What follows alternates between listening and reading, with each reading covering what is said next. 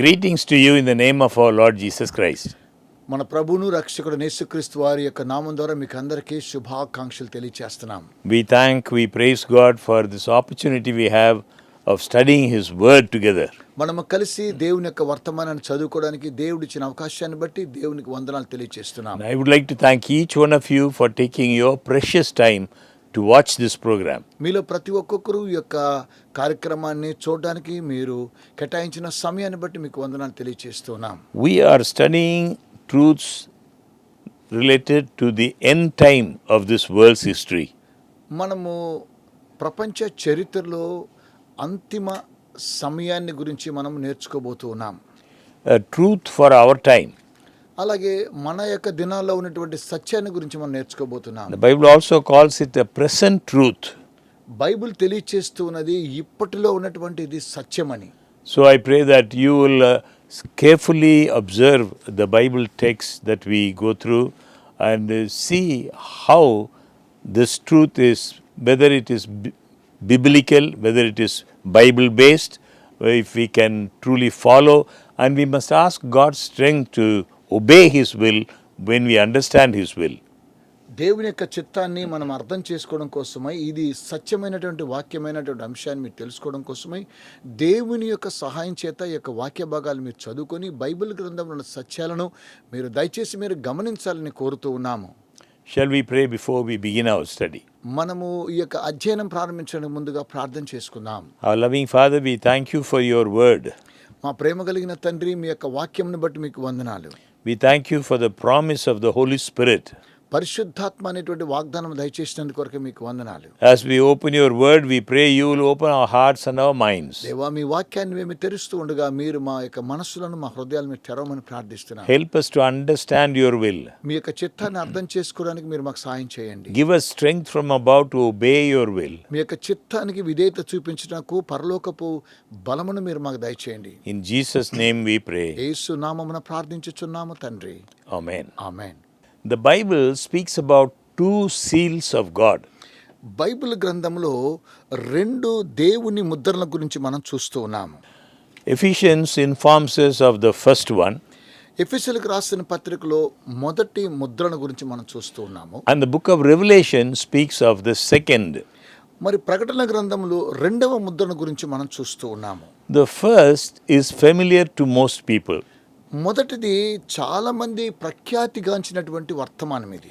The second may not be as familiar to many, but we can understand the second seal as we study the end time events. అయితే రెండవ ముద్రను గురించి అది గొప్పగా పరిమాణంలో లేకపోయినా దాని గురించి మనము ప్రత్యేకంగా చదవాలని నేను ప్రత్యేకంగా కోరుతూ ఉన్నాను. These two seals are given at different times.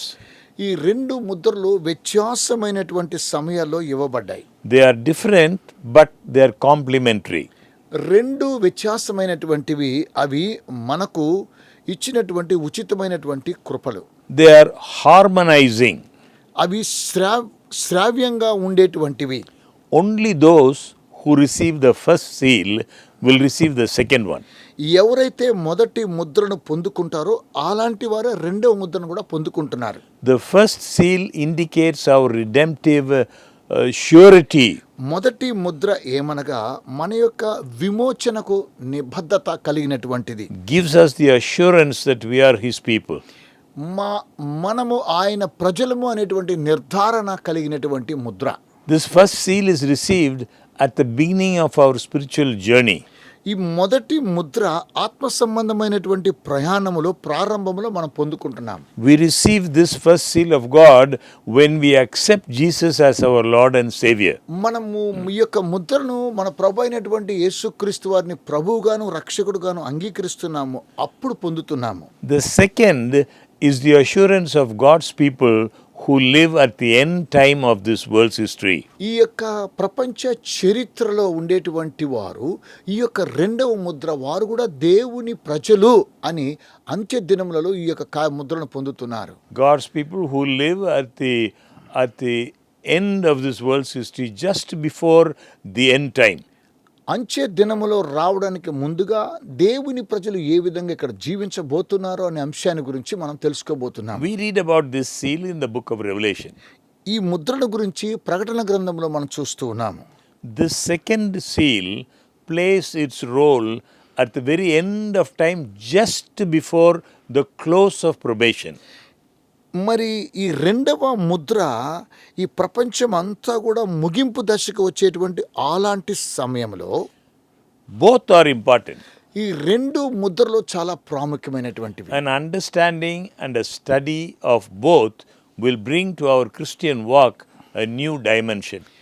క్రైస్తవ జీవితంలో ఒక నూతన పరిమాణములో వీటిని గురించి మనము నేర్చుకోబోతూ ఉన్నాం. It will give us a fresh insight. అది నూతనమైనటువంటి అంశాన్ని మనకు తెలియచేస్తూ ఉన్నాయి. The first seal is the seal of the gospel. మొట్టమొదటి ముద్ర ఏమనగా సువార్తను గురించినటువంటి Mudra. Ephesians speaks of the first seal twice. ఎఫెసీయులకు రాసిన పత్రికలో ఈ ముద్రల గురించి రెండుసార్లు రాయబడింది. The first mention is Ephesians chapter 1 verses 13 and 14. మొదటి ముద్రను గురించి ఎఫెసీయులకు రాసిన పత్రిక మొదటి అధ్యాయం 13-14లో రాయబడింది. I read to you Ephesians 1:13. నేను ఎఫెసీయులకు రాసిన పత్రిక మొదటి అధ్యాయం 13వ వచనం మీకు చదివి వినిపిస్తాను. In him you also trusted after you heard the word of truth, the gospel of your salvation, in whom also, having believed, you were sealed with the Holy Spirit of promise. మీరు సత్యవాక్యమును అనగా మీ రక్షణ సువార్తను విని క్రీస్తునందు విశ్వాసం ఉంచి వాగ్దానము చేయబడిన ఆత్మచేత ముద్రించబడితిరి. Verse 14. 14వ వచనం. Who is the guarantee of our inheritance until the redemption of the purchased possession, to the praise of his glory. దేవుని మహిమకు కీర్తి కలుగుటకై ఆయన సంపాదించుకొనిన ప్రజలకు విమోచనము కలుగు నిమిత్తము ఈ ఆత్మ మన స్వాస్థ్యమునకు సంచకరువుగా ఉన్నాడు.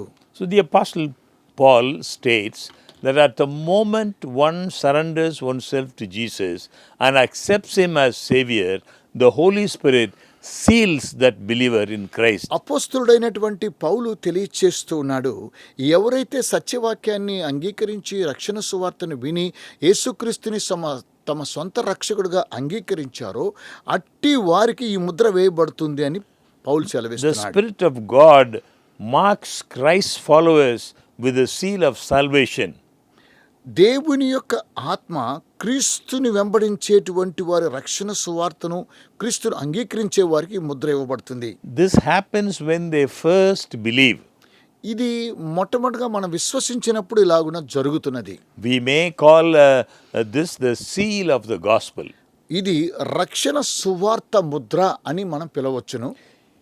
The thought sequence in these verses in Ephesians needs to be carefully observed. ఈ ఎఫెసీయులకు రాసిన పత్రికలో ఉండేటువంటి ఈ యొక్క వాక్య భాగాన్ని చాలా జాగ్రత్తగా పరిశీలించాలి. First, what happens? We heard the word of truth. మొదటగా ఏం జరిగింది? మనము సత్యాన్ని విన్నాము. We heard the word of truth, that is the gospel of salvation.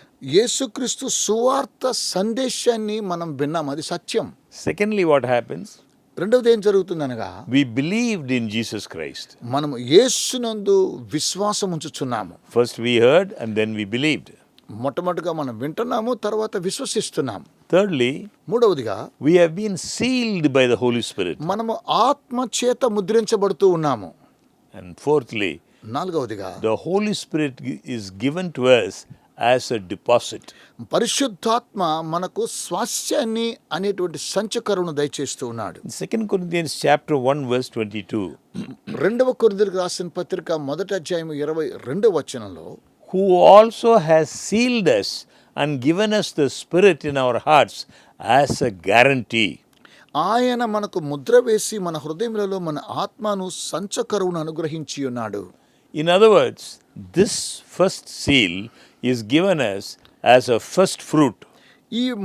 ఈ వాక్యములో మొదటి ముద్ర చూసినట్లయితే మొదటి ఫలాన్ని గురించి మాట్లాడుతున్నాడు. In Romans chapter 8 verses 23 and 24, రోమిలకు రాసిన పత్రిక 8వ అధ్యాయము 23, 24 వచనాలు చూస్తే, it says here not only that, but we also who have the first fruits of the Spirit, even we ourselves groan within ourselves, eagerly waiting for the adoption, the redemption of our body. అంతేకాదు ఆత్మ యొక్క ప్రథమ ఫలములు నొందిన మనము కూడా దత్తపుత్రత్వం కొరకు అనగా మన దేహం యొక్క విమోచనం కొరకు కనిపెట్టుచు మనలో మనము మూల్గుచున్నాము.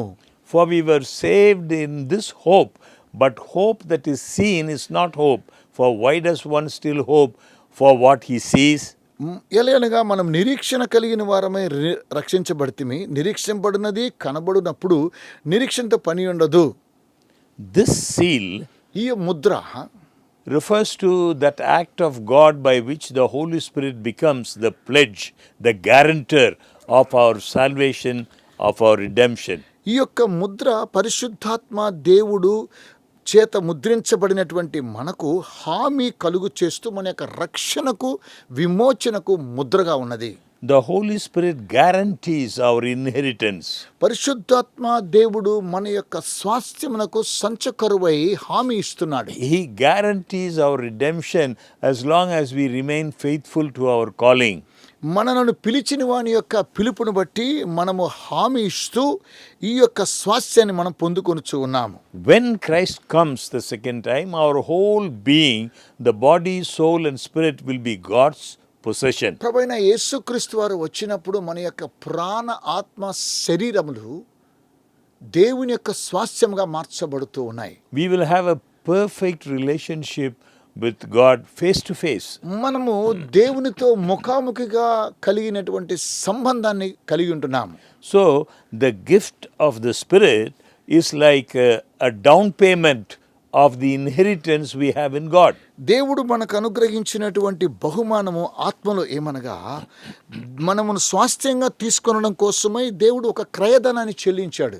This first seal guarantees complete future reward. ఈ మొదటి ముద్ర హామీ ఇవ్వడం ఏమనగా రాబోయేటువంటి భవిష్యత్తులో మనకు బహుమానం కలుగు చేస్తూ ఉన్నది. So the Spirit is the initial installment in our salvation.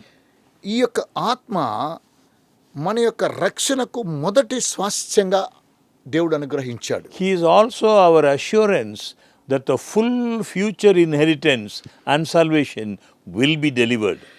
అలాగనే దేవుడు తెలియచేస్తూ ఉన్నాడు, ఆయన మనకు హామీ ఇస్తున్నాడు ఏమనగా మన యొక్క భవిష్యత్తులో మనము స్వాస్థ్యముగా రక్షణను ఏ విధంగా పొందినామో అలాగున విడుదల విమోచించబడ్డామన్న విషయాన్ని తెలియజేస్తున్నాడు. Salvation does not depend on our achievements.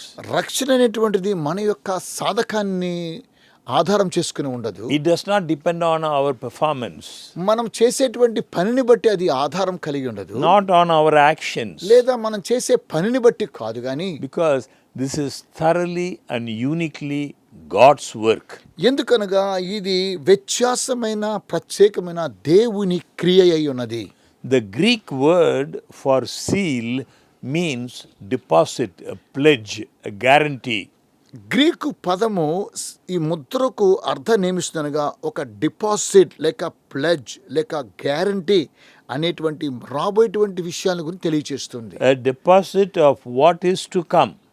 మరి ఏమి రాబోతూ ఉన్నదో దానికి అది ఒక డిపాజిట్గా అనగా ముందుగా మనం చెల్లించినట్లుగా ఉంది. This word is used also in 2 Corinthians chapter 1 verse 22.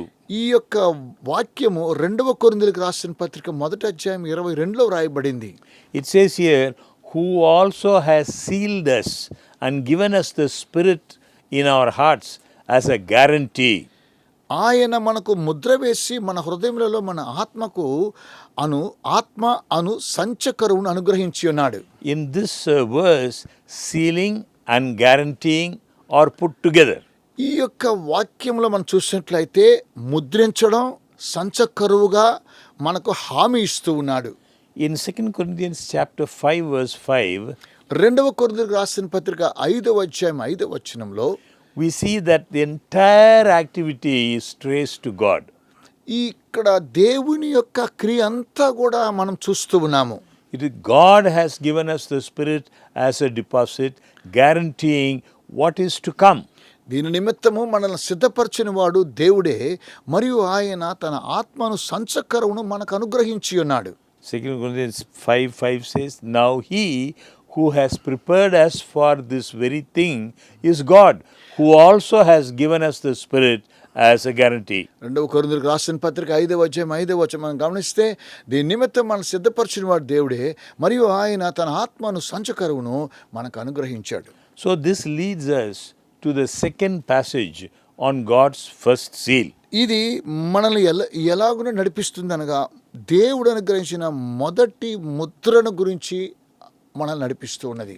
Here Paul cautions believers on their relationship to the Holy Spirit. ఇక్కడ అపోస్తలుడైనటువంటి పౌలు విశ్వాసులను సూచిస్తూ పరిశుద్ధాత్మతో ఏ విధంగా బాంధవ్యం కలిగి ఉండాలో తెలియజేస్తున్నాడు. In Ephesians chapter 4 verse 30, ఎఫెసీయులకు రాసిన పత్రిక 4వ అధ్యాయం 30వ వచనంలో it says, "Do not grieve the Holy Spirit of God, by whom you were sealed for the day of redemption." కనుకనే దేవుని పరిశుద్ధాత్మను దుఃఖపరచుకుడి, విమోచన దినము వరకు ఆయన యందు మీరు ముద్రించబడి ఉన్నారు.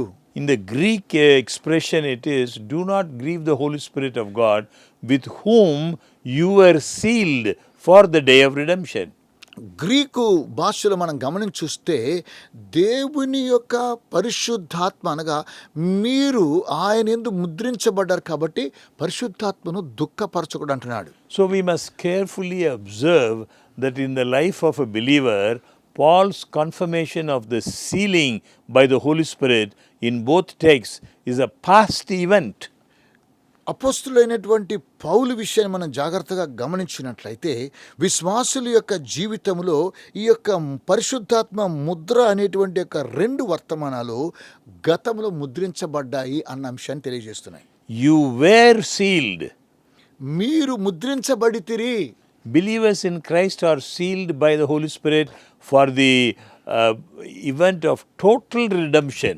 క్రైస్తవులు ఏ విధంగా ముద్రించబడ్డారు పరిశుద్ధాత్మ చేత అనగా పరిపూర్ణమైనటువంటి విమోచనం కొరకు ముద్రించబడ్డారు. So the Apostle Paul encourages Christians to maintain proper moral behavior. అపోస్తలుడైన పౌలు క్రైస్తవుల్ని హెచ్చరిస్తూ ఈ లోకములో నైతిక విలువలను కలిగి జీవించాలని కోరుతున్నాడు. This is because an obedient life is a natural flow from a living faith. ఎందుకనగా విధేయత కలిగిన జీవితాన్ని జీవిస్తూ ఈ యొక్క సహజతీతమైనటువంటి జీవము కలిగిన విశ్వాసముతో మనం ఉండాలి. Sealing is God's gift. Mudra అనేటువంటిది దేవుడు అనుగ్రహించినటువంటి. Sealing is God's response to our response to His love. Mudra అనేటువంటిది దేవుడు మనకు చూపించిన ప్రేమ, అలాగే మనము దేవుని పట్ల చూపించేటువంటి ప్రేమ. God's response to His love and our surrender to His love. దేవుడు మనకు అనుగ్రహించినటువంటి ప్రేమ ద్వారా మనము ఆయన ప్రేమకు విధేయులవడమే ప్రాముఖ్యమైనటువంటిది. So believers already have the Holy Spirit. కనుక విశ్వాసులు పరిశుద్ధాత్మను ముందుగానే పొంది ఉన్నారు. For that reason, they should not disappoint, they should not sadden Him by wrong actions and conduct. కనుక వారు తప్పు కార్యక్రమాలను చేస్తూ మరి అవిధేయులుగా జీవించడం ద్వారా పరిశుద్ధాత్మను దుఃఖపరచకూడదు అని తెలియజేస్తూ ఉన్నాడు. Ephesians chapter 4 verse 31. ఎఫెసీయులకు రాసిన పత్రిక 4వ అధ్యాయం 31వ వచనంలో, "Let all bitterness, wrath, anger, clamor and evil speaking be put away from you with all malice." ఎఫెసీయులకు రాసిన పత్రిక 4వ అధ్యాయము 31వ వచనములో సమస్త విధమైన ద్వేషము, కోపము, క్రోధము, అల్లరి, దూషణ, సకల విధమైన దుష్టత్వాన్ని మీరు విసర్జించమంటున్నాడు. In Ephesians chapter 5 verse 3, ఎఫెసీయులకు రాసిన పత్రిక 5వ అధ్యాయం 3వ వచనంలో it says, "But fornication and all uncleanness or covetousness, let it not even be named among you, as is fitting for saints." మీలో జారత్వం కానీ ఏ విధమైన అపవిత్రతే కానీ లోభత్వమే కానీ వీటి పేరైనను ఎత్తకూడదు, ఇది పరిశుద్ధులకు తగినది. They should be imitators of God. వారు దేవుని యొక్క అనుకరించేటువంటి వారుగా ఉంటున్నారు. They should be following His example as dearly loved children and walk in love. వారు దేవుని యొక్క ప్రియమైనటువంటి పిల్లలుగా దేవుని యొక్క ప్రేమతో నడిచేటువంటి వారికి ఉదాహరణగా వారు ఉంటున్నారు. Ephesians chapter 5 verses 1 and 2. ఎఫెసీయులకు రాసిన పత్రిక 5వ అధ్యాయం 1-2 వచనాల్లో, Therefore, be imitators of God as dear children, and walk in love as Christ also has loved us and given himself for us an offering and a sacrifice to God for a sweet smelling aroma. కావున మీరు ప్రియులైన పిల్లల వలె దేవుని పోలి నడుచుకునుడి. క్రీస్తు మిమ్మును ప్రేమించి పరిమళ వాసనగా ఉంటకు మన కొరకు తన్ను తాను దేవునికి అర్పణముగాను బలిగాను అప్పగించుకొనెను. The Apostle Paul's admonition to the believers not to grieve the Holy Spirit of God is a direct plea. అపోస్తలుడైనటువంటి పౌలు విశ్వాసులను సూచిస్తూ ఏమంటున్నాడుగా, దేవుని పరిశుద్ధాత్మను దుఃఖపరచొద్దు, ఎందుకనగా ఆయన విమోచన దినము కొరకు ఆయన యందు మీరు ముద్రించబడి అని మనల్ని బ్రతిమాలుతున్నాడు. He says, do not act like God's people in the past. మీరు గతంలో ఉన్నటువంటి వారిగా దేవుని పిల్లలుగా మీరు నడుచుకోకూడదు. We read in Isaiah chapter 63 verse 10. యెషయా గ్రంథము 63వ అధ్యాయం 10వ వచనాన్ని చూస్తే, But they rebelled and grieved his Holy Spirit, so he turned himself against them as an enemy, and he fought against them. ఆయనను వారు తిరుగుబాటు చేసి ఆయన పరిశుద్ధాత్మను దుఃఖింప చేయగా ఆయన వారికి విరోధి అయిన తానే వారితో యుద్ధం చేశాడు. We have the Holy Spirit and need to stay in a right relationship with him. మనలో ఉన్నటువంటి పరిశుద్ధ ఆత్మ ద్వారా దేవునితో సరైనటువంటి సంబంధాన్ని మనం కలిగి ఉండి దేవుని చిత్తాన్ని నెరవేర్చువారమై ఉన్నాం. We must be fulfilling the will of God. మనము దేవుని యొక్క చిత్తాన్ని నెరవేర్చే వారమై ఉన్నాము. So why live contrary to him whose ownership's seal we wear? మనము ధరించినటువంటి ఆ యొక్క ముద్రకు యజమానుడైనటువంటి ఆయనకు మనం ఎందుకు తిరుగుబాటు చేయాలి? Why place our eternal destiny in risk? మనం వెళ్ళేటువంటి నిత్యత్వములోనికి ఎందుకు మనము పరమార్థాన్ని ఎదుర్కోవాలి? Sealing has several meanings. ముద్రలకు అనేకమైనటువంటి వివిధమైన అర్థాలు ఉన్నాయి. 3 of which we must observe. 3 ప్రాముఖ్యమైన విషయాలు మనం గ్రహించాలి. Number 1, మొట్టమొదటిగా a seal is a sign, it is a proof of authenticity. ఈ ముద్ర అనేటువంటిది అధికారమునకు గుర్తయ్యున్నది. Secondly, a seal is a sign of ownership. రెండవదిగా ఈ యొక్క ముద్ర యజమానికి గుర్తయ్యున్నది. Thirdly, a seal is a sign of approval. మూడవదిగా ఇది నిర్ధారణకు గుర్తు అనగా హామీకి గుర్తయ్యున్నది. So by sealing, God proclaims that we belong to him. మనము ముద్రించబడ్డం ద్వారా దేవునికి సొంతము అని తెలియచేస్తూ ఉన్నది. We are his own. మనము ఆయనకు సొంతమై ఉన్నాము. He approves and accepts our faith so that we may grow in him. ఆయన మనను నిర్ధారించి అంగీకరించడం ద్వారా విశ్వాసము ద్వారా మనము ఎదుగుతూ ఉన్నాం. And he will help us live reliable, trustworthy lives of love, faith and hope.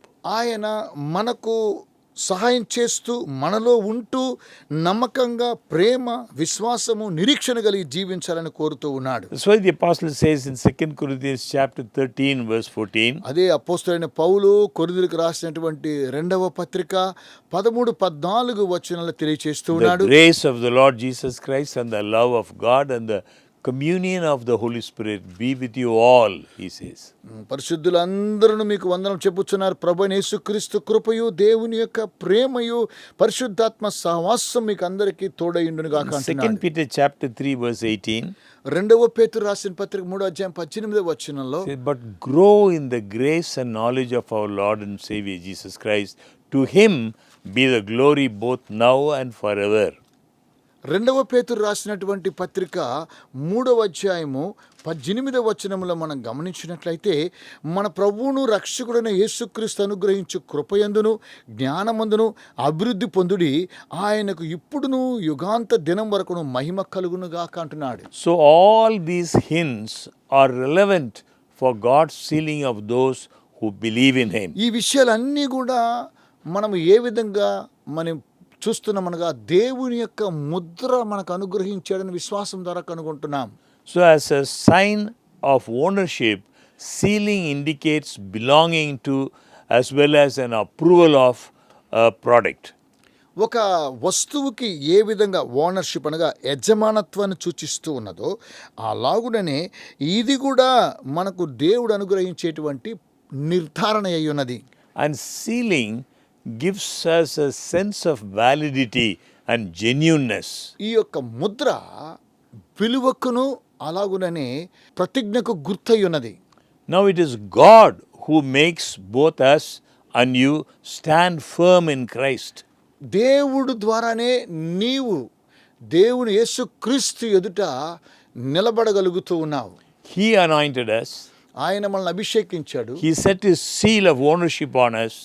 ఆయన యొక్క యజమానత్వం అనేటువంటి ముద్రను మనకు He has ధరింపచేశాడు. put his spirit in our hearts as a deposit, ఆయన ఆత్మ అనేటువంటి సంచకరణను మనకు దయచేశాడు. as a guarantee of what is to come. రాబోయేటువంటి వారి విషయంలో మనకు హామీ ఇస్తున్నాడు. This is what we read in 2 Corinthians chapter 5 verse 5. ఇదే 2 కొరింథీయులకు రాసిన పత్రిక 5వ అధ్యాయం 5వ వచనం మనం చదువుతున్నాం. Now it is God who has made us for this very purpose and has given us the Spirit as a deposit, guaranteeing what is to come. దీని నిమిత్తం మనల్ని సిద్ధపరిచిన వాడు దేవుడే, మరియు ఆయన తన ఆత్మను సంచకరవును మనకు అనుగ్రహించి ఉన్నాడు.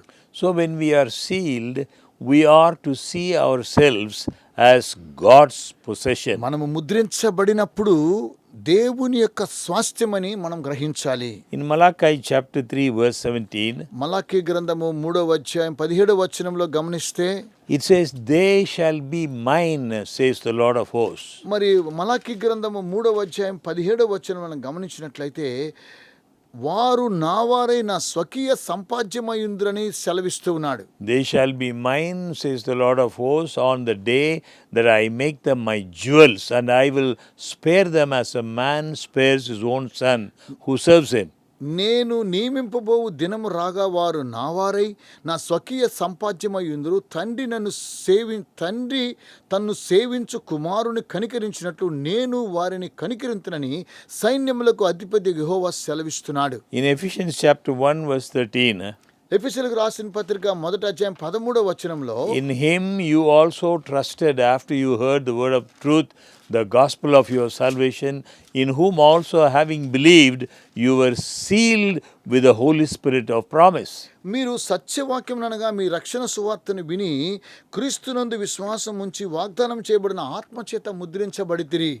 In this verse, the apostle refers to believers in Christ. ఈ వాక్యములో అపోస్తలుడైన పౌలు క్రీస్తునందు విశ్వాసుల గురించి మాట్లాడుతున్నాడు. Through their union with Christ, they belong to him. యేసుక్రీస్తుతో ఏకమైనటువంటి వారు ఆయనకు సొంతమైనారని తెలియజేస్తున్నాడు. And the Holy Spirit puts his seal on them in order to confirm the new relationship. పరిశుద్ధ ఆత్మ ముద్ర ద్వారా నూతనమైనటువంటి బాంధవ్యాన్ని నిర్ధారిస్తూ ఉన్నాడు. There is no uncertainty of salvation because the Holy Spirit is the guarantor of the experience. మనకు అస్థిరమైనటువంటి రక్షణ అనేటువంటిది ఉండదు. ఎందుకనగా పరిశుద్ధాత్మ దేవుడు మనకు తన యొక్క అనుభవపూర్వకంగా హామీ ఇస్తూ ఉన్నాడు. John 5:24 we read, యోహాను సువార్త 5వ అధ్యాయం 24 మనం చదువుతూ ఉన్నాము. "Most assuredly I say to you, he who hears my word and believes in him who sent me has everlasting life and shall not come into judgment, but has passed from death into life." నా మాట విని నన్ను పంపిన వాని యందు విశ్వాసం ఉంచువాడు నిత్యజీవం గలవాడు, వాడు తీర్పులోనికి రాక మరణములో నుండి జీవములోనికి దాటి ఉన్నాడని మీతో నిశ్చయంగా చెప్పుచున్నాను. Having believed, they are sealed by the Spirit for the day of redemption. విశ్వాసం ఉంచినటువంటి వారు మరి అంచె దినమునకు విమోచన దినము కొరకై పరిశుద్ధాత్మ ద్వారా ముద్రించబడి ఉన్నారు. It is very important to note that sealing by the Spirit is mentioned in both parts of Ephesians.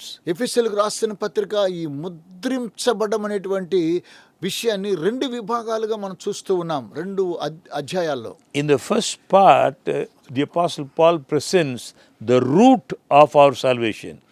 మొదటి భాగము అపోస్తలుడైన పౌలు అంటున్నాడు మన యొక్క రక్షణకు మార్గము ఏంటో చూపిస్తున్నాడు. He reminds us of our calling and the richness of God's grace.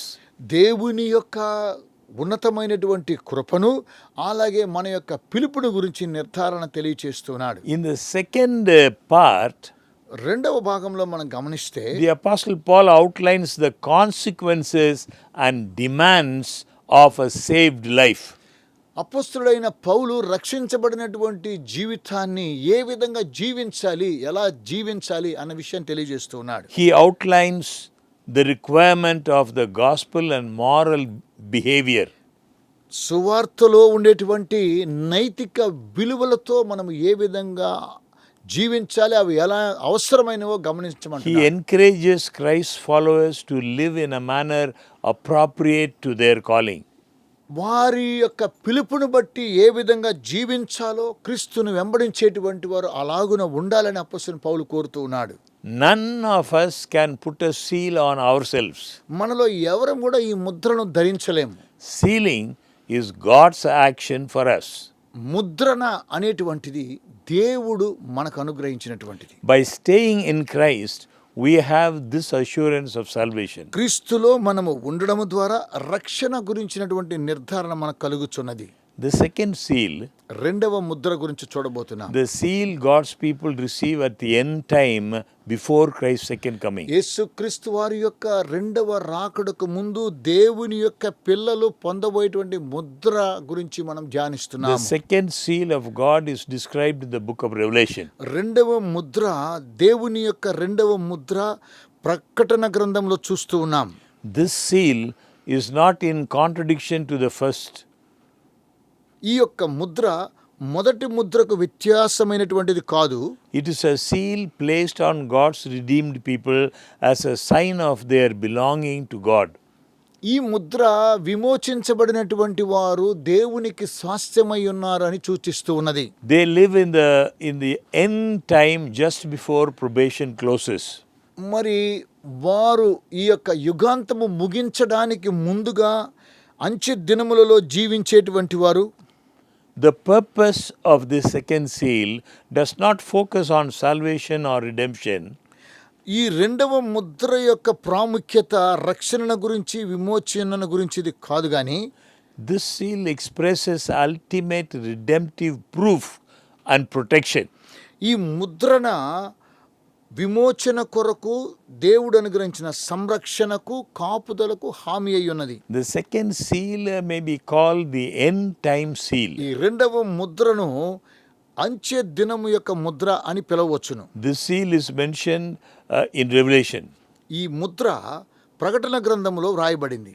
Here in Revelation, God's faithful followers receive it toward the end of time in order to be able to go through the final events and be protected from the 7 last plagues.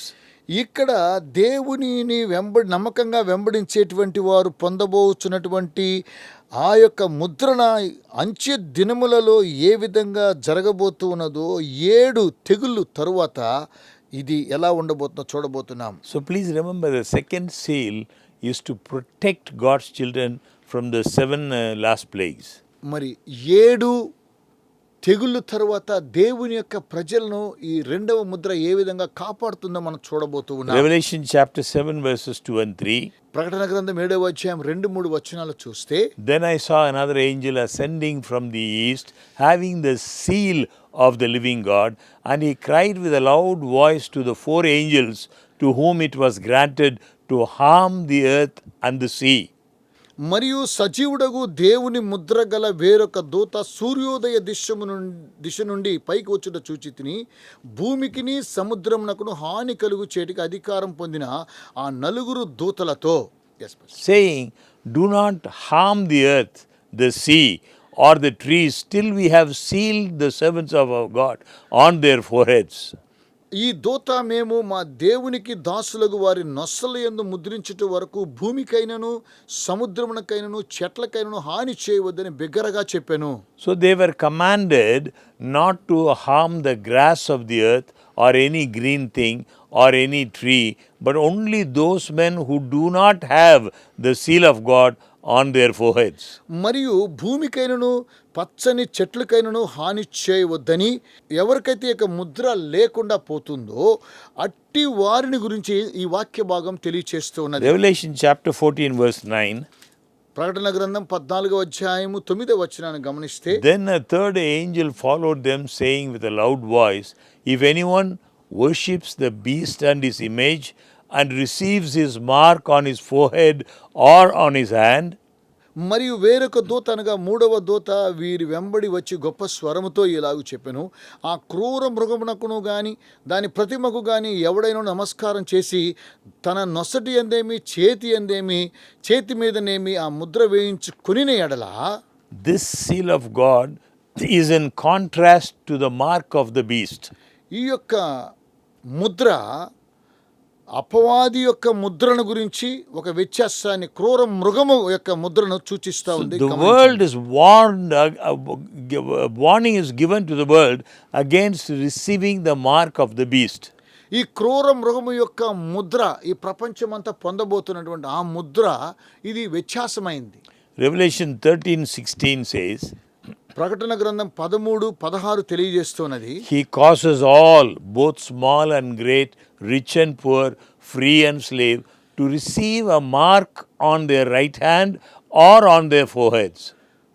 కాగా కొద్దివారు కానీ గొప్పవారు కానీ ధనికులు కానీ దరిద్రులు కానీ ఆ మృగము యొక్క ప్రతిమ నమస్కారం చేయని వారిని హతము చేయనట్లు ఆ మృగము యొక్క ప్రతిమకు ప్రాణమిచ్చుటకై అధికారం ఇవ్వబడెను. And that no one may buy or sell except one who has the mark or the name of the beast or the number of his name. అనగా ఆ మృగము పేరైనను దాని పేరిట సంఖ్య అయినను గలవాడు తప్ప క్రయ విక్రయములు చేయుటకు మరి ఎవనికిని అధికారము లేకుండానట్లును అది వారిని బలవంతం చేయుచున్నది. And then we see in Revelation 14:9, ఆ తర్వాత మనము ప్రకటన గ్రంథం 14:9 చూస్తున్నాము. then the third angel followed them, saying with a loud voice, if any man worships the beast and his image and receives his mark on his forehead or on his hand. మరియు వేరొక దూత అనగా మూడవ దూత వీరి వెంబడి వచ్చి గొప్ప స్వరముతో ఇలాగ చెప్పెను, ఆ క్రూరమృగమునకు గాని దాని ప్రతిమకు గాని ఎవడైనా నమస్కారం చేసి దాని నొసటి ఎందేమి చేతి మీదనేమి ఆ ముద్ర వేయించుకొనిన ఎడల. Verse 11, and the smoke of their torment ascends forever and ever, and they have no rest day or night, who worship the beast and his image, and whoever receives the mark of his name. 11వ వచనంలో వారి బాధ సంబంధమైన పొగ యుగయుగములు లేచును, ఆ క్రూర మృగమునకును గాని దాని ప్రతిమగా నమస్కారము చేయువారును దాని పేరు గల ముద్ర ఎవడైనను వేయించుకొనిన ఎడల వాడును రాత్రింబగలు నెమ్మది లేని వారయుందురు. Revelation 16 verse 2, ప్రకటన గ్రంథము 16వ అధ్యాయం 2వ వచనం, and the smoke of their torment ascends forever and ever, and they have no rest day or night, who worship the beast and his image, and whoever receives the mark of his name. ఎవరైతే ఆ క్రూర మృగము యొక్క ప్రతిమకు కానీ వాని నమస్కారం చేసి దాని పేరు గల ముద్ర ఎవడైతే వేయించుకుంటున్నాడో వాడును రాత్రింబగలు నెమ్మది లేని వారై ఉంటారని దేవుని వాక్యము సెలవిస్తూ ఉన్నది. Revelation 19 verse 20, ప్రకటన గ్రంథం 19వ అధ్యాయం 20వ వచనంలో, and the smoke of their torment ascends forever and ever, and they have no rest day or night, who worship the beast and his image, and whoever receives the mark of his name. దాని ముద్రను వేయించుకొనిన వారిని ఆ మృగపు ప్రతిమకు నమస్కరించిన వారిని మోసపరిచిన అబద్ధ ప్రవక్త పట్టబడి. Revelation chapter 20 verse 4 I read, ప్రకటన గ్రంథము 20వ అధ్యాయము 4వ వచనం నేను చదువుతున్నాను. and I saw thrones, and they sat on them, and judgment was committed to them. Then I saw the souls of those who had been beheaded for their witness to Jesus and for the word of God, who had not worshipped the beast or his image, and had not received his mark on their foreheads or on their hands, and they lived and reigned with Christ for 1,000 years. అంతటా సింహాసనములను చూచితిని, వాటి మీద ఆశీనులైండి వారికి విమర్శ చేయుటకు అధికారం ఇవ్వబడును.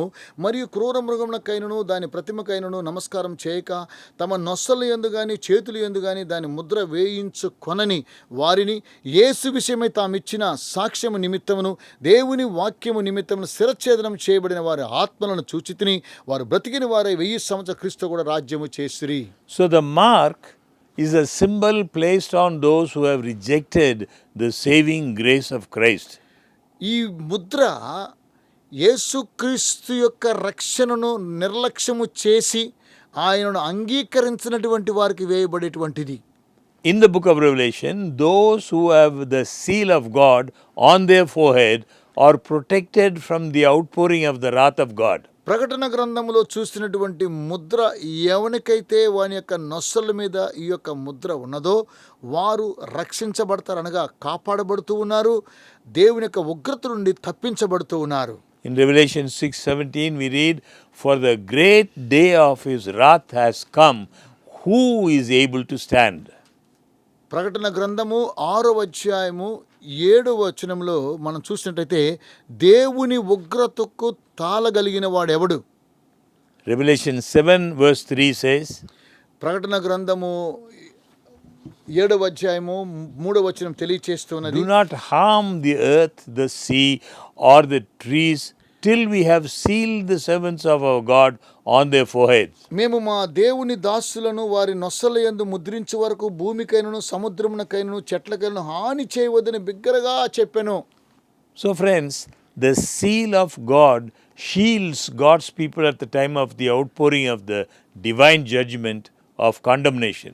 ప్రియమైన స్నేహితులారా, మీరు గమనించండి, చివరి దినాల్లో జరిగేటువంటి దేవుని యొక్క ఉగ్రతకు దేవుని ముద్ర ఎవరి మీద వేయబడుతుందో వారు కాపాడబడుతూ ఉన్నారు. Therefore, it is not by chance that the three angels' message conclude with the Spirit's assurance of God's people. కనుక ఈ ముగ్గురు దేవదూతలు అనుగ్రహించినటువంటి సందేశంలో దేవుని యొక్క ఆత్మచేత ముద్రించబడిన దేవుని యొక్క పిల్లలు కాపాడబడుతూ ఉన్నారని తెలియచేస్తూ ఉన్నాడు. In Revelation 14:13 it says, "They will rest from their labor, for their deeds will follow them." ప్రకటన గ్రంథము 14వ అధ్యాయం 13వ వచనములో మనం గమనించినట్లయితే, వారు ఇప్పటి నుండి ప్రభునందు మృతులు ధన్యులని వ్రాయించుమని పరలోకం నుండి ఒక దూత స్వరం చెప్పగా వింటిని, వారు తమ ప్రయాసములు మాని విశ్రాంతి పొందుదురు. These faithful are God's inheritance, resting in the Lord until the day of redemption. వారి యొక్క క్రియలు వారి వెంట పోను ఆత్మ చెప్పుచున్నాడు.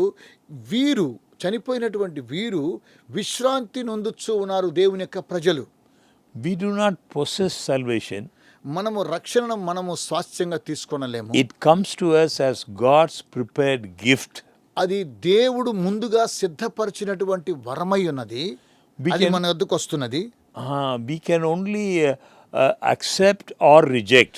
మనము అంగీకరిస్తున్నామా లేకపోతే వద్దు అంటున్నామా? God possesses us దేవుడు మనల్ని స్వాస్థ్యంగా ఎన్నుకోవాలని కోరుకుంటున్నాడు. and we belong to Him. మనము దేవుని వారమై ఉన్నాము. We need to stay in Christ. మనం క్రీస్తులో ఉండాలి. As Paul would say, Christ is the guarantor of our sealing. పౌలు సెలవిచ్చిన రీతిగా క్రీస్తు మన యొక్క ముద్రకు సంచకరువై ఉన్నాడు. In both the seal of the gospel and the end time seal, the sealing work is done by the Holy Spirit. మొట్టమొదటిగా రక్షణ సువార్త ద్వారా అందించబడిన ముద్ర, అంచె దినములలో వేయబడినటువంటి ముద్ర, ఇది ముందుగానే పరిశుద్ధాత్మ దేవుడు ముద్రించాడు. The first one, the seal of the gospel, is placed on all those who accept Jesus as their savior. మొదటి ముద్ర ఎవరైతే యేసుక్రీస్తుని తమ సొంత రక్షకుడిగా అంగీకరించారో వారికి వేయబడుతూ ఉన్నది సువార్త అనేటువంటి ఈ Mudra. It is placed at the time they accept Him. ఆయనను అంగీకరించేటువంటి ఆ సమయంలో ముద్రించబడుతూ ఉన్నారు. The second one, the end time seal, is placed on those who have received the first seal and are alive and faithful to their calling during the time of the end. రెండవ ముద్ర అంచె దినములలో వేయబడేటువంటి ముద్ర. అది ఎవరైతే మొదటి ముద్రను పొందుకున్నారో వారు జీవిస్తూ నమ్మకంగా ఉన్నారో, వారు పిలుపుకు తగినట్లుగా ఉన్నారో, అంచె దినములలో ఈ ముద్ర యేసుక్రీస్తు వారు తిరిగి వచ్చేంత వరకు ఇది ముద్రించబడుతున్నది. This is just before Jesus returns the second time. ఇది ప్రభువైన యేసుక్రీస్తు వారు రెండవసారి రావడానికి ముందు జరిగేటువంటి క్రియ. The first is a seal of salvation, మొట్టమొదటి యొక్క ముద్ర రక్షణకు గుర్తయినది, declaring that a person is saved by Christ and is part of God's family. అతడు యేసుక్రీస్తుని అంగీకరించి దేవుని యొక్క రక్షించబడి దేవుని యొక్క కుటుంబంలో ఏకం చేయబడుతూ ఉన్నాడు. With that status remaining so long as the person remains faithful to God. అలాంటి స్థాయిలో ఉన్నటువంటి వ్యక్తి దేవునికి అలాగే క్రీస్తుకు నమ్మకంగా జీవించేటువంటి వారు వీరే. So God's people are found doing His will, keeping His commandments, living according to His revealed word.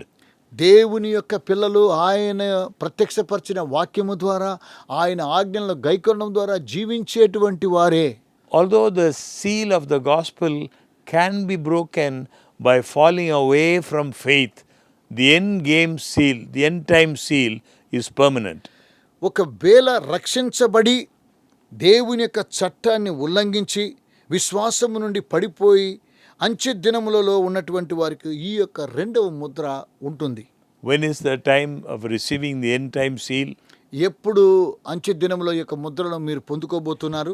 As the history of the world draws to a close, at the end time, there will be such pressing circumstances that people will have to decide on which side they stand. చరిత్ర అనగా ప్రపంచ చరిత్ర ముగించబోయేటువంటి యొక్క సమయంలో అంచె దినములలో ప్రజలందరూ కూడా ఏ వైపున మనం నిలబడబోతూ ఉన్నామో, ఏది మనలను మరి ఆకర్షిస్తూ ఉన్నదో ఆ విధంగా మనం నిలబడబోతూ ఉన్నాము. Do they stand with God or with the forces of evil represented in the book of Revelation? ప్రకటన గ్రంథములో ఉన్నటువంటి మనల్ని ప్రోత్సాహపరిచేటువంటి ఆ యొక్క దుష్ట స్వభావం కలిగినటువంటి రీతిలోనా, లేకపోతే దేవుని పక్షాన మీరు నిలబడబోతున్నారా?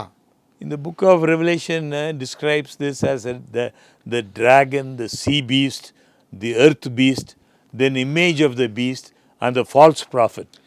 ఈ ప్రకటన గ్రంథంలో వ్రాయబడినటువంటి క్రూర మృగమని, మరి ప్రతిమని, అబద్ధ ప్రవక్తని, ఈ యొక్క కార్యక్రమాలన్నీ కూడా మరి ప్రతిమకు నమస్కారం చేయడమని అన్ని చూస్తే, The book of Revelation mentions that during this time of the end, God will place His seal of protection on His people. ఈ ప్రకటన గ్రంథంలో వ్రాయబడినటువంటి మాట అంచె దినములలో దేవుడు ముద్రించబోయేటువంటి ప్రజల మీద తన యొక్క కాపుదల ఉండబోతున్నది. At that time, the image of the beast also rises with its forceful demands. అదే సమయములో క్రూర మృగము కూడా వాడు పైకి లేస్తూ మనుష్యులను చాలా కష్టములకు గురి చేస్తూ ఉన్నాడు. The image of the beast will be formed before probation closes. ఈ యొక్క అంచె దినము అన్ని సమస్తము మూయబడేటటువంటి సమయంలో ఈ క్రూర మృగము వాడు పైకి లేస్తూ ఉన్నాడు. For it is to be the greatest test for the people of God, ఇది దేవుని యొక్క ప్రజలకు ఒక గొప్ప పరీక్ష ఉన్నది, by which their eternal destiny will be decided.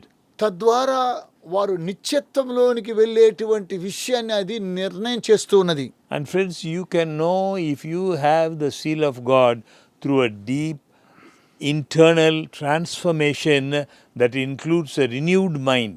ప్రియమైన స్నేహితులారా, ఈ ముద్ర, దేవుని యొక్క ముద్ర మనము లోతుగా అర్థం చేసుకున్నట్లయితే అంతరంగములో మనము మార్పును చెంది, మన యొక్క మనస్సు మారి రూపాంతరము చెంది దేవుని యొక్క ఘనతను పొందుచున్నాం. A desire to honor God, దేవుని ఘనపరచానికి కావలసిన ఒక మనస్తత్వం మనకు ఉండాలి. a shift in your desires to submit God's will and seek His righteousness.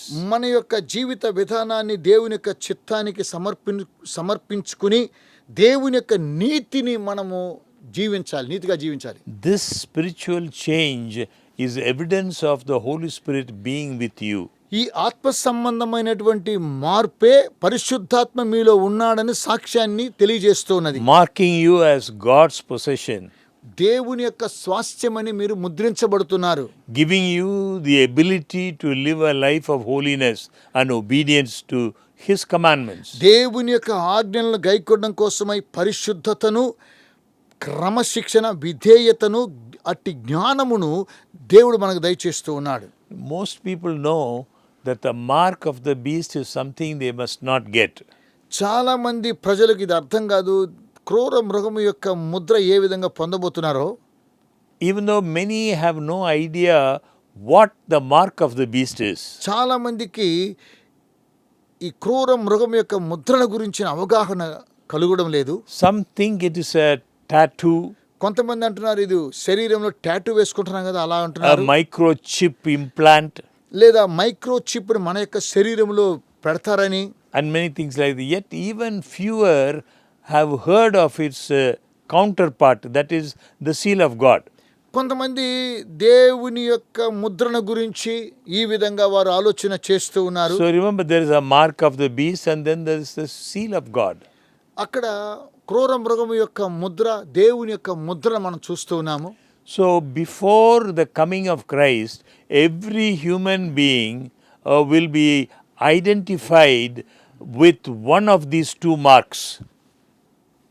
దేవుని యేసుక్రీస్తు వారి యొక్క రాకడకు ముందు ప్రతి మానవుడు ఈ రెండు ముద్రలో ఏదో ఒక ముద్రను కలిగి ఉండడం గుర్తించబడుతూ ఉన్నాడు. How and by whom we are marked will have direct implications on our eternal destiny. మనం నిత్యత్వంలోనికి ప్రవేశించడానికి ఎలాగున ఎవరి ద్వారా ఈ యొక్క ముద్రను మనం పొంది ఎలాగున నడుస్తున్నామో అది నిర్ధారిస్తున్నది. So the more you read about the second coming, మనము రెండవ రాకడను గురించి ఎక్కువగా మనం చదువుతూ ఉంటాం. the more you read about the second coming in scripture, Bible గ్రంథంలో యేసుక్రీస్తు వారి యొక్క రెండవ రాకడను గురించి మనం చదువుతున్నాము. the more clearly you realize there will be only two kinds of people at the end of time. అంత్య దినములలో రెండు విధాలైనటువంటి ప్రజల గురించి మనం చూడబోతూ ఉన్నాము. When Jesus told a parable about the end of the age, ప్రభువైన యేసుక్రీస్తు వారు ఈ యొక్క యుగాంతాన్ని గురించి ఆయన మాట్లాడుతున్నప్పుడు he mentioned about the two kinds were represented as wheat and tares.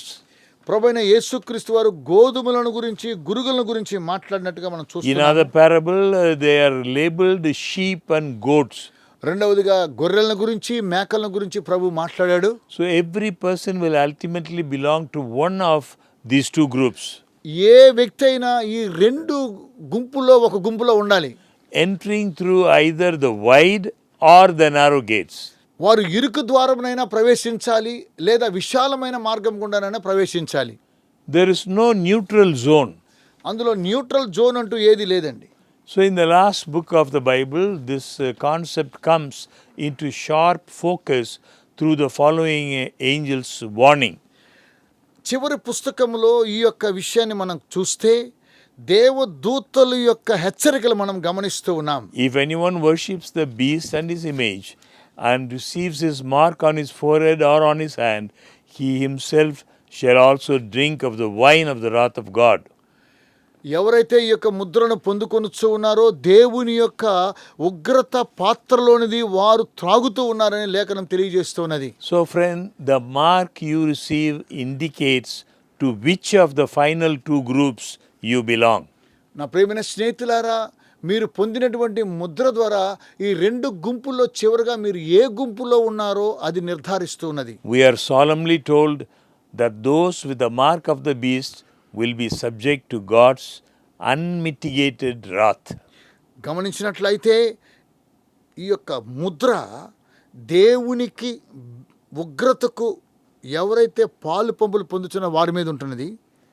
On the other hand, those with the seal of God will be divinely protected. మరోవైపున ఎవరికైతే దేవుని యొక్క ముద్రను కలిగి ఉంటున్నారో వారు దైవికంగా కాపాడబడుతూ ఉన్నారు. In which group would you like to be? మీరు ఏ గుంపులో ఉండాలని కోరుకుంటున్నారు? The Bible reveals that it is your free choice as to which mark you receive. Bible గ్రంథము ప్రత్యక్షపరుస్తున్నది ఏ ముద్ర నీకు కావాలో నీవే ఎంపిక చేసుకోమని నీకు దేవుడు నీ స్వయచిత్తానికి అప్పగించాడు. In the coming weeks, we will study more about this mark of the beast. రాబోయేటువంటి దినాల్లో ఈ యొక్క క్రూర మృగం యొక్క ముద్రను గురించి ఇంకా మనం అధ్యయనం చేయబోతున్నాము. This is a very important truth. ఇది చాలా ప్రాముఖ్యమైనటువంటి సత్యం. Let us continue to pray మనం అలాగున ప్రార్థన చేద్దాం. that God will help us to remain faithful to Him, ఆయనకు ఇంకా మనం విశ్వసనీయంగా ఉండాలని కోరుతున్నాడు. that we will have the assurance of God's, the seal of God. మనకు దేవుని యొక్క ముద్రను కలిగి ఉన్నామనేటువంటి విశ్వాస్యత మనకున్నది. The Holy Spirit abiding in our hearts. పరిశుద్ధాత్మ దేవుడు మన యొక్క హృదయంనకు సంచకరువై ఉన్నాడు. Shall we pray? ప్రార్థన చేసుకుందాం. Our loving Father, we thank you for your word.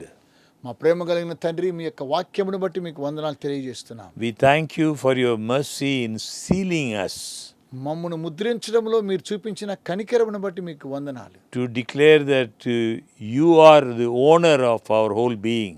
తండ్రి మీరు మాకు సమస్తమునకు యజమానులై ఉన్నారు. You are our creator. మీరు మా సృష్టికర్త అయి ఉన్నారు. You are our redeemer. మీరు మా విమోచకుడు అయి ఉన్నారు. Help us to remain faithful to you. తండ్రి మీకు నమ్మకంగా ఉండడానికి మీరు సహాయం We చేయండి. thank you for the Holy Spirit who gives us strength to follow your footsteps. మీ యొక్క అడుగు జాడలో నడవడానికి పరిశుద్ధాత్మ యొక్క శక్తిని మాకు దయచేసినందుకు కొరకై వందనాలు. Keep us faithful to the very end. అంతం వరకు నమ్మకంగా ఉండడానికి సహాయం చేయండి. In Jesus' name we pray. యేసు నామమున ప్రార్థించుచున్నాము తండ్రి. Amen. Amen. Thank you, dear friends. Please remember every Monday evening 7:30 to 8:30. ప్రియమైన స్నేహితులారా, మీకందరికి వందనాలు. ప్రతి సోమవారం రాత్రి 7:30 నుండి 8:30 గంటల వరకు ఈ కార్యక్రమాన్ని జ్ఞాపకం చేసుకోండి. Please remember this program in your prayers. మీ ప్రార్థనలో యొక్క కార్యక్రమాన్ని జ్ఞాపకం చేసుకోండి. We are praying for you. మేము మీకోసం ప్రార్థిస్తున్నాము. Thank you and God bless you. మీకందరికి వందనాలు. దేవుడు మిమ్మల్ని దీవించును గాక.